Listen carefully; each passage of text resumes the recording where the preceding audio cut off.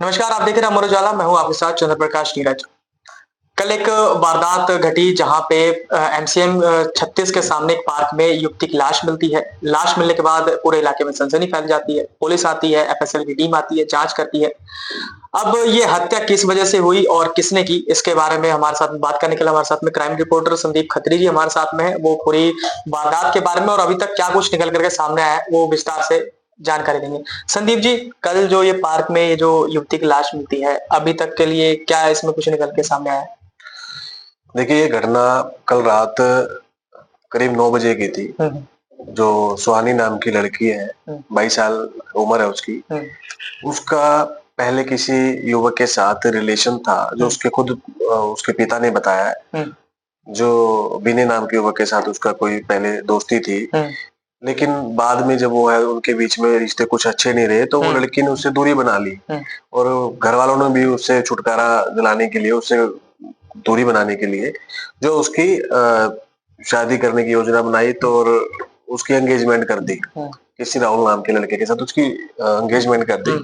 इस बात से वो युवक था, जो विनय है आरोपी है, वो नाराज था।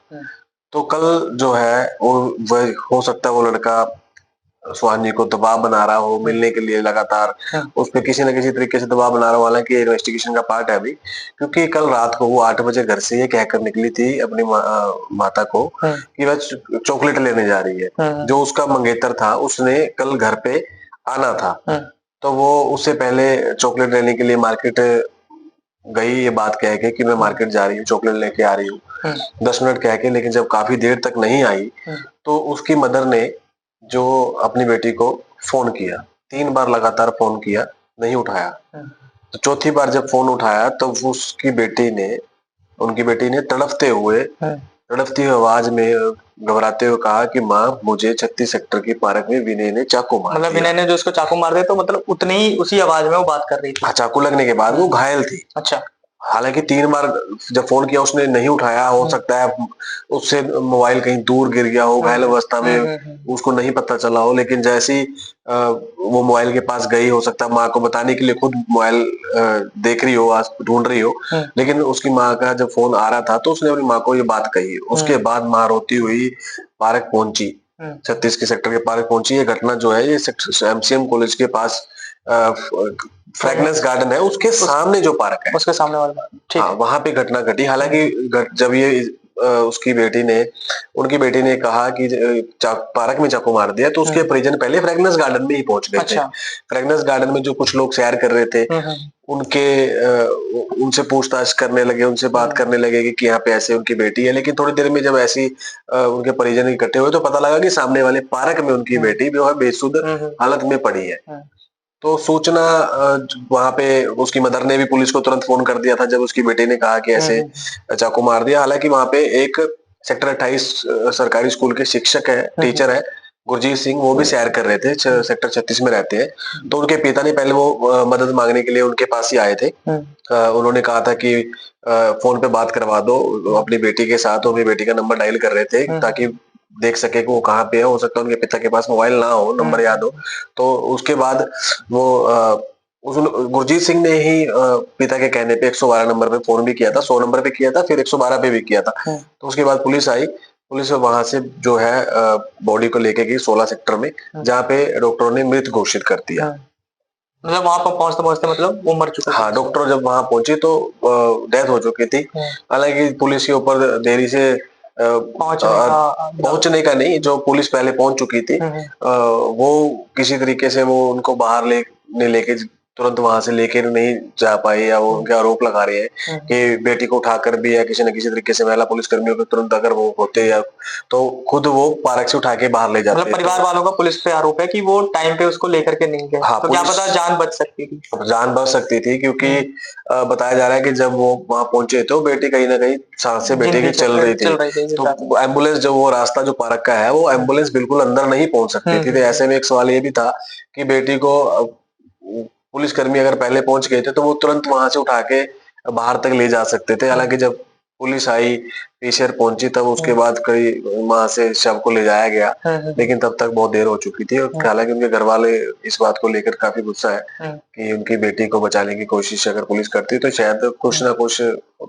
बच भी सकती थी। मतलब कहीं न कहीं वो जो मारने का जो विनय ने जो उसको मारा है, वो उसकी सगाई किसी और के साथ करने के वजह से ही किया, क्योंकि क्या पता प्रेम संबंध था, लेकिन पर शादी किसी और से हो रही थी। इस गुस्से में उसने ये कदम उठाया है। देखिए, शुरुआती जांच में जो उसके पिता है मौके पे, कल मैं स्पॉट पे था, 36 सेक्टर के जो जहाँ पे घटना हुई, मैं मौके पे था रात को। तो उनके पिता आए, तो उनके पिता ने ये बात कही थी कि पहले उनकी बेटी के साथ जो ये विनय है जिसने हत्या की है, वो दोस्त थे। वो, लेकिन बेटी को कुछ समय से पता लगा था कि जो ये विनय है वो नशा वगैरह करने लगा है। तो बेटी ने ये चीज सोच के जो है उनसे दूरी बना ली, और घर वालों की खुशी, घर वालों ने भी उसको कहीं और एंगेजमेंट करनी, राहुल नाम का युवक है सेक्टर 56 का, तो उसके साथ उसकी सगाई वगैरह भी कर दी थी। तो ये युवक उस बात को लेकर गुस्सा था, लेकिन लड़की जो है नशे के चलते भी उससे दूरी बनाई थी। हालांकि अभी इन्वेस्टिगेशन का पार्ट है। अब पुलिस ने जो है उस युवक को भी गिरफ्तार कर लिया आज। उसको अभी थोड़ी देर पहले पुलिस ने उसको गिरफ्तार कर लिया है, विनय को। तो पुलिस अब उससे पूछताछ करेगी, कोर्ट में पेश करेगी, रिमांड लेगी। उसके बाद पूरी बात का पता लगाएगी कि आखिर उसने जो हत्या की है, क्या पार्क में किसी बात को लेकर कोई बहसबाजी हुई थी, या वो हत्या करने की मंशा से ही उसने सुहानी को घर से बुलाया था। ये सब पॉइंट पे बात होगी। तो सुहानी जो है वो सेक्टर 35 में रहती है, उसके पिता वहां पे कपड़े प्रेस का काम करते हैं, धोबी है। तो बिल्कुल एक्टिवा भी वहीं पे पुलिस ने बरामद की है, एक्टिवा की चाबी भी वहीं पे बरामद की है। मौके से पुलिस को कड़ा, सुहानी का कड़ा और मोबाइल बरामद हुआ है। इसके अलावा कई जगह जो है खून के धब्बे भी थे। हालांकि जो चाकू है वारदात में जो इस्तेमाल किया गया था, वो चाकू अभी तक नहीं मिल पाया है। पुलिस वो चाकू बरामद करने के लिए अब उससे पूछताछ करेगी। हालांकि पूरी घटना के में क्या हुआ, कल किस तरीके से वहां पे कैमरा भी लगा हुआ था, 360 कैमरा। हाँ। तो वो कैमरे की फुटेज भी पुलिस खंगाल रही है, ताकि पता लग सके कि वहां पे वारदात घटना के समय क्या कुछ इनके क्या बीच कुछ में हुआ, हुआ कुछ पता लगे, हाथापाई हुई हो या बहसबाजी, कुछ उस तरह से खंगालने की कोशिश होगी। बिल्कुल। अभी संदीप जी देखा जाए कि ये सिर्फ ये एक हत्या नहीं है। चंडीगढ़ में अभी पिछले कुछ दिनों में या कुछ महीनों में कई लगभग 6 से 7 ऐसी हत्याएं हो चुकी हैं, जिसमें देखा जाए तो चाकूबाजी या मर्डर ज्यादातर देखना, क्योंकि गैंग वॉर भी कई बार देखने को मिल गई, बमबारी भी कई बार देखने को सुनने को मिल गई। तो क्या कुछ निकल कर सामने आ रहा है कि मतलब किस तरह से व्यवस्था अभी ये पूरी लॉ एंड ऑर्डर जो है चंडीगढ़ में बिल्कुल खत्म होते जा रही है धीरे धीरे करके। देखिए, बात आपकी बिल्कुल सही है। पिछले महीने 4 से 5 मर्डर अभी तक अगर बात करें तो पूरा तो 6 से 7 मर्डर चंडीगढ़ में हो चुके हैं। 6 से 7 मर्डर ये हो चुके हैं। तो जो ये मर्डर है, इनकी आपसी जो कारण समझ में आए हैं पुलिस को, जो पुलिस ने इन्वेस्टिगेशन में जो जांच में समझ में आया है, वो छोटी मोटी बात, छोटी मोटी कहासुनी को लेके जो झगड़े हुए थे। जो मरने वालों की जो एज है वो 20 से 25 साल, ज्यादातर युवकों की जो मृतक है उनकी उम्र इतनी है। कॉलोनी के रहने वाले हैं, कॉलोनियों में किसी छोटी मोटी बात को लेके रंजिश हुई, बात हुई, मार दिया। अभी थोड़े दिन पहले एक घटना हुई थी हल्लू माजरा में। युवक को दिन दिहाड़े हल्लू माजरा से दीप कॉम्प्लेक्स से किडनैप कर लिया बाइकों पे। अच्छा। और उसके बाद जीरकपुर की प्रीत कॉलोनी में ले जाके उसको बेरहमी से डंडे, हाथ, मुक्कों से ही पीट पीट के मार डाला, हत्या कर दी। हाँ, तो उस मामले में चंडीगढ़ पुलिस ने एफआईआर दर्ज करी थी, और हालांकि उसमें 5 गिरफ्तारियां हो गई। एक गिरफ्तारी कल भी हुई थी, लेकिन ये लगातार मामले चंडीगढ़ में लगातार ऐसे मामले बढ़ रहे हैं। क्योंकि देखा जाए तो पैरी मर्डर भी हुआ, गैंग वॉर थी वो तो पूरी की पूरी। फिर एक सेक्टर 38 में भी ऐसा ही था कि कोर्ट से पीछा करते हुए आ रहे थे, गवाही को लेकर के माँ को छोड़ा, फिर आगे तक गया तो वहां पे रोक करके मारा, फिर उसके बाद में फिर अभी तक मतलब इस तरह की कई घटनाएं देखने को मिली। पुलिस का क्या कहना? आप तो पुलिस से लगातार बातचीत करते ही रहते हैं, अधिकारियों से। देखिए, पुलिस का तो यही कहना है कि लगातार वो एरिया में बैठ के करते रहते हैं। रेजिडेंस वेलफेयर जो है होती है, एसोसिएशन होती है, उनके साथ भी बैठ के करते हैं, और काउंसलिंग भी करते हैं। जो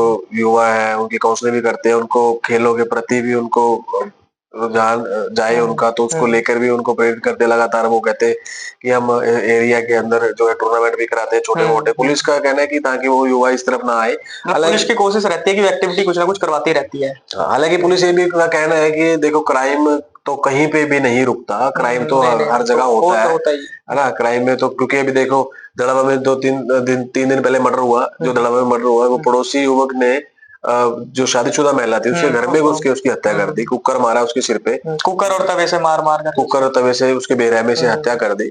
तो वो कोई गैंगवार नहीं थी उसमें, मतलब कहासुनी इसी यही वजह थी, एक छोटी मोटी कहासुनी और ताने वगैरह जिस तरह से मारती थी उस वजह से हाँ, सिर्फ छोटी मोटी कहासुनी को लेकर उसकी हत्या कर दी। तो पुलिस का तो यही कहना है कि वो आरोपी जो भी किस तरीके से वारदातें चंडीगढ़ में हो रही है, हालांकि पुलिस लगातार कार्रवाई भी कर रही है, गिरफ्तारियां सभी मामलों में, मैक्सिमम सभी मामलों में पुलिस ने गिरफ्तारियां कर ली है।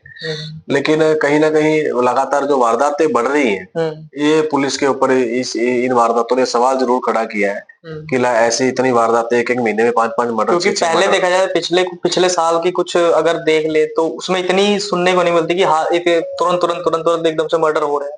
पर अभी जो इस 2026 में देखा जाए तो इसके 2025 के एंड से या 2026 के शुरुआत में काफी इसमें हत्याएं और गैंगवॉर हो चुकी है। देखिए, अब पिछले साल तो 26 मर्डर हुए थे साल में, जो सिर्फ मर्डर थे, हत्या के प्रयास के मामले अलग थे जो दर्ज हुए थे चंडीगढ़ में। अब शुरुआत में 6-7 मर्डर तो अभी 1.5 महीने में ही हो गए हैं चंडीगढ़ में। और रही बात गैंगवार की, वो 1 दिसंबर को पैरी का मर्डर हुआ था 26 में, वो आपसी लॉरेंस बिश्नोई की गोल्डी ब्रांड की आपसी रंजिश में हुई थी। लेकिन वो गैंगवार कहीं ना कहीं रुकने का नाम नहीं ले रही है। वो कहीं ना कहीं अभी भी जो है पोस्ट एक दूसरे के खिलाफ डाल के वो मारने की धमकियां देते हैं। जैसे कि अभी आपने एक खबर भी पिछले में लिखे थे 31 से 32 में सेवक फार्मेसी पे भी इसी तरह से गोलियां चलवाई गई थी, यही कुछ रंजिश और गैंग का थोड़ा सा इन्वॉल्वमेंट था। हाँ, ये सेवक फार्मेसी पे भी 16 जनवरी को फायरिंग हुई थी। रात को 2 युवक आए थे एक्टिवा पे और सेवक फार्मेसी पे फायरिंग करके फरार हो गए थे। वो सिर्फ और सिर्फ जो उनकी मंशा थी वो रंगदारी लेना थी। जो वो एक गैंगस्टर विदेश में बैठा है, तो उसके कहने पे उन 2 युवकों ने फायरिंग करी थी। उस मामले में जो है एक यहाँ का लैब संचालक है जो उसकी गिरफ्तारी हुई। उसके बाद जब आगे खुलासे होते रहे तो उसके अंदर 2 पुलिसकर्मी भी सस्पेंड किए।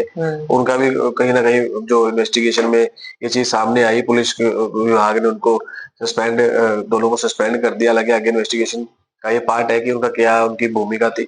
तो जब कहीं ना कहीं ये वारदातों के शहर के लोग काफी घबराए हुए हैं। कुछ जो जिसको उसके अलावा जब ये मामला सेवक फार्मेसी वाले मामले में गिरफ्तारी होती है तो उसके मामले में एक सेक्टर 32 में एक टैक्सी स्टैंड चलाने वाले हैं, तो उन्होंने भी सुरक्षा की मांग की थी पुलिस से, तो पुलिस ने उनको सुरक्षा मुहैया कराई क्योंकि उनसे भी रंगदारी मांगी गई थी। सेक्टर 32 में जो अभी राहुल बिष्ट को गिरफ्तार किया था उस मामले में पता चला है कि 4 से 5 इमिग्रेशन वाले, उसके अलावा और भी कई लोगों से रंगदारी जो वो विदेश में बैठा गैंगस्टर है वो लगातार मांग रहा था। तो ये कहीं ना कहीं चंडीगढ़ पुलिस को भी इस पे काम करने की जरूरत है ताकि लोग जो सुरक्षित और सेफ कहें तो या तो इंटेलिजेंस की कमी है या कहीं पेट्रोलिंग की, जैसे कि रात के टाइम में पेट्रोलिंग की कमी है। मतलब कहीं ना कहीं कुछ हद तक पुलिस की कमी इसमें देखी जा सकती है, पूरी तरह से नजरअंदाज नहीं किया जा सकता। बिल्कुल बिल्कुल। और अभी इस घटना में लेकर के जैसे अभी हम बता रहे थे कि प्रेम प्रसंग को लेकर के, तो अभी तो गिरफ्तारी हो ही गई है। अभी और क्या कुछ निकल करके इसमें हत्या में सामने आ जाएगा और आगे क्राइम को लेकर के और भी क्या कुछ नए अपडेट होंगे उसके लिए भी हम आगे आपको जानकारी देंगे, बातचीत करेंगे। हमारे साथ में संदीप खत्री जी जो है वो क्राइम पे लिखते रहते हैं और उन पे नजर बनाए रहते हैं, तो इनसे हम बातचीत करते रहेंगे। देखते रहिए अमर उजाला, तब तक के लिए नमस्कार। अगर आप ये वीडियो YouTube पर देख रहे हैं तो हमारे चैनल को सब्सक्राइब कर बेल आइकन दबाएं और Facebook पर देख रहे हैं तो हमारे पेज को लाइक करें।